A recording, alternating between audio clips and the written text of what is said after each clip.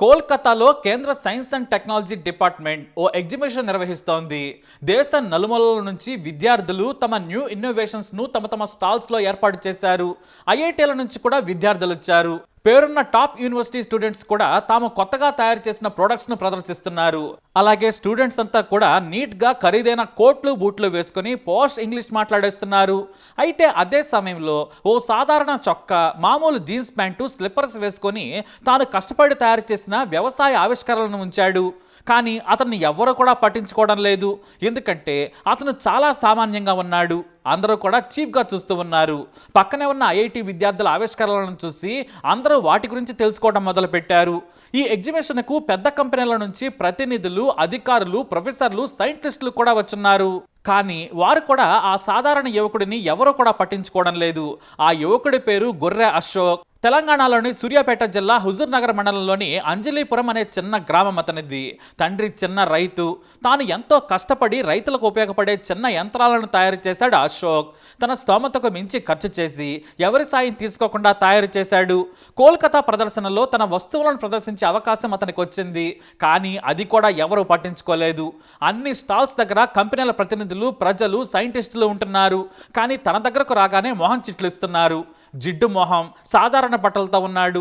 వస్త్రధారణ చూసి మనిషి తెలివిని అంచనా వేసేవారే ప్రతి చోట ఉంటారు. ఖరీదైన బట్టలు లేకుంటే ఎవరో కూడా పట్టించుకోరు. ఇక్కడ అశోక్ పరిస్థితి కూడా అంతే. అదంతా చూసిన అశోక్ ఎవరూ తన దగ్గరకు రావడం లేదని వెళ్లే వారిని తనకు వచ్చిన ఇంగ్లీష్లో పిలిచి వివరించే ప్రయత్నం చేశాడు.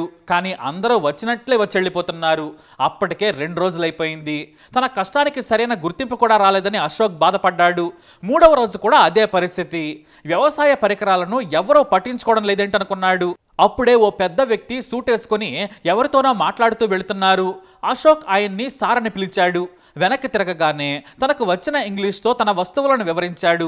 అవి ఎలా ఉపయోగపడుతున్నాయో వేగంగా చెప్పాడు. ఆ వ్యక్తి అశోక్ శ్రమ తెలివిని గుర్తించాడు. కానీ చెప్పలేకపోతున్నాడు అని కూడా భావించాడు. అయితేనేం ఆవిష్కరణలో గొప్ప మేధాశక్తి ఉందని గుర్తించి గుడ్డని వెళ్ళిపోయారాయన. దీంతో మళ్ళీ ఉసురుమన్నాడు అశోక్. అయితే ఆ వెళ్ళిన వ్యక్తి ఎవరో కాదు, IIT Kharagpur director V K Tiwari. ఆ విషయం అశోక్ తెలియదు. కానీ 10 నిమిషాల తర్వాత 20 మంది ప్రొఫెసర్లను వెంట పెట్టుకుని వచ్చారాయన. ఈసారి స్వయంగా తివారీనే అశోక్ ప్రొడక్ట్స్ గురించి వారందరికీ కూడా ఇంగ్లీష్లో చెప్పారు. వరి కలుపు తీతకి, పత్తి విత్తనాల నాటికి తయారు చేసిన పరికరాలు తయారు చేశాడు. అది కూడా చిన్న సైకిల్ రాడ్, స్ప్రింగులతో తయారు చేసిన విధానం చూసి షాక్ అయిపోయారు. వాటికి కాస్త మెరుగులు దిద్దితే మంచి పరికరాలు అమరిస్తే చాలా వినూత్నంగా ఉంటాయని వారు గమనించారు. చివరకు ఆ ఎగ్జిబిషన్లో ఎవ్వరూ ఊహించిన విధంగా అశోక్కి మొదటి ప్రైజ్ వచ్చింది. అన్ని పేపర్లలో జాతీయ స్థాయిలో అశోక్ పేరు మారుమోగిపోయింది. ఇది తెలిసిన నాటి తెలంగాణ మంత్రి కేటీఆర్ ఆహ్వానించారు. టీ వర్క్స్ లో తన ఆవిష్కరణలను పూర్తి స్థాయిలో పరికరాలుగా రూపొందించే అవకాశం కల్పించారు. ఆర్థిక సాయం నుంచి వస్తువులు, మిషన్ల తయారీకి టీ వర్క్స్ సాయం అందించింది. అలా ఏకంగా 7 వ్యవసాయం పరికరాలను తయారు చేశాడు. ఇవన్నీ కూడా రైతుల కష్టాలను తీర్చేవే. ఇటు శ్రమకు, అటు ఆర్థికంగా కూడా రైతులకు ఎంతో మేలు చేసేవి. దీంతో వాటిని మార్కెట్లో అమ్మడం మొదలు పెట్టాడు అశోక్. అక్కడి నుంచి అశోక్ జీవితమే మారిపోయింది. పూణేలోని విజ్ఞాన్ ఆశ్రమం సంస్థలో చేరాడు. ఇక్కడ వ్యవసాయంలో కొత్త ఆవిష్కరణలు చేసే యువత కోసం ప్రత్యేక కోర్సులు నిర్వహిస్తారు. ఇందులో యువత ఐడియాలకు సాయం చేస్తారు. అవసరమైన మెకానికల్, ఎలక్ట్రానిక్ టెక్నాలజీని ఎలా ఉపయోగించుకోవాలో చెబుతారు. అలా తనకున్న ఐడియాలతో కంది, పత్తి, మిరప వంటి పంటలకు పురుగుమందులు చల్లే మల్టీపర్పస్ వెహికల్ను తయారు చేశాడు. మొక్కలకు దెబ్బలు తగలకుండా ఉండేందుకు సన్న టైర్లు వాడారు. ఈ యంత్రం అశోక్ని American society of agricultural and biological engineering సదస్సుకు తీసుకెళ్లింది. అక్కడ ఆవిష్కరణలను చూసిన అశోక్ వారి ప్రేరణతో రూరల్ రైస్ అగ్రినరీ అనే స్టార్టప్ కూడా పెట్టాడు. 5,000 పరికరాలను అమ్మిన అశోక్ తెలుగు రాష్ట్రాలతో పాటు ఇతర రాష్ట్రాల్లో కూడా తన ప్రొడక్ట్స్ను రైతులకు పరిచయం చేశాడు. అయితే సరిగ్గా బతకడానికే కష్టపడే ఫ్యామిలీ నుంచి వచ్చిన అశోక్ ఇదంతా ఎలా సాధించాడంటే మాత్రం దాని వెనక ఓ కథ ఉంది. అశోక్ తండ్రి నాగరాజు చిన్న రైతు. 4 ఎకరాల భూమి ఉంది. తన తండ్రి, తల్లి, అన్న, సోదరి అందరూ కుటుంబం లాగేందుకు తలా ఓ చేయి వేసేవారు. మెట్ట ప్రాంతం కావడంతో పత్తి, కందులు, మిరప వేసేవారు. అయితే కూలీలను పెట్టుకుని వ్యవసాయం చేస్తే ఏమీ మిగలదు. అంత స్తోమత కూడా వారికి లేదు.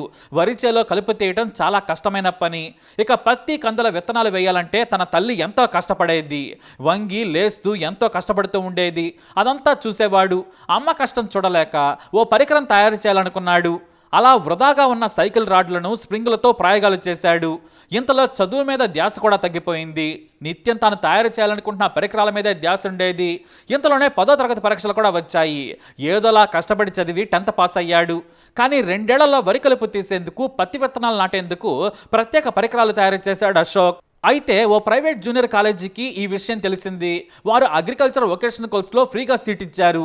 ఆ సమయంలోనే పేపర్లు చదివే అలవాటున్న అశోక్ ఓ పేపర్లో ప్రకటన చూశాడు. మీరు మీ జిల్లా సైన్స్ ఆఫీసర్తో మాట్లాడుతారా అంటూ ఓ ప్రకటన వచ్చింది. ఆ వెంటనే ఆఫీసర్కు ఫోన్ చేశాడు అశోక్. సార్, నేను పత్తి విత్తనాలు నాటే పరికరం తయారు చేశాను, కలుపు తీసే యంత్రం కనిపెట్టానని చెప్పాడు. అది విన్న ఆ అధికారి ఈ వారం చివరిలో జరిగే ఎగ్జిబిషన్కి నల్గొండ రమ్మన్నారు. ఆ మాటకి అశోక్కి ఎంతో సంతోషం వేసింది.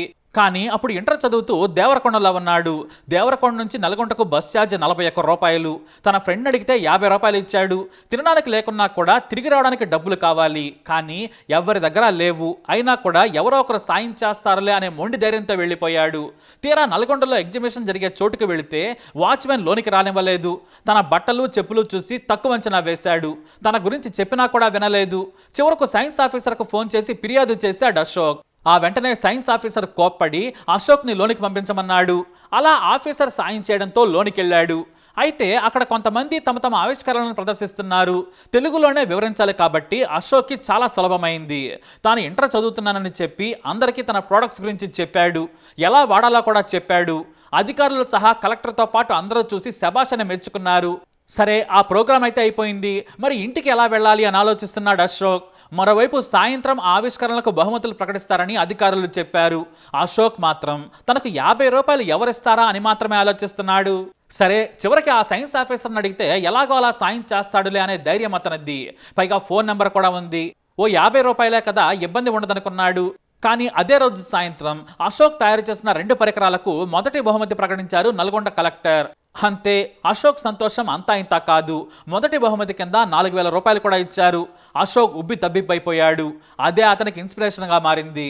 2019లో మొదటి బహుమతి గెలిచినప్పుడు వయసు కేవలం 16 ఏళ్లు. తన వేష భాష ఎలా ఉన్నా కూడా క్రియేటివిటీకి గుర్తింపు దక్కింది. ఈ నల్గొండలో గెలిచిన మొదటి బహుమతే కోల్కతా ప్రదర్శనకు వెళ్లేలా చేసింది. అక్కడ ఐఐటి డైరెక్టర్ గుర్తింపు అమెరికాకు వెళ్లేలా చేసింది. అలా ఇప్పుడు ప్రపంచమంతా గుర్తింపు తెచ్చుకుంటున్నాడు అశోక్. రైతులంటేనే కష్టపడతారు, చెమటలతోనే జీవితం వెళ్లదీస్తారు. అలాంటి రైతు బిడ్డ కూడా సామాన్యుడిగానే వెళ్లి హీరోలా గెలిచాడు. ఇక జీవితంలో మరిన్ని ఆవిష్కరణలు చేసేలా ముందుకు సాగుతున్నాడు. మరి తప్పకుండా అశోక్కి ఆల్ ది బెస్ట్ చెబుదాం. జీవితంలో ఉన్నత శిఖరాలకు వెళ్ళాలని ఆశీర్వదిద్దాం. మరి మీ అభిప్రాయాన్ని కమెంట్ ద్వారా తెలియజేయండి. వీడియోని లైక్ చేయండి, షేర్ చేయండి, మా ఛానల్ని సబ్స్క్రైబ్ చేసుకోండి.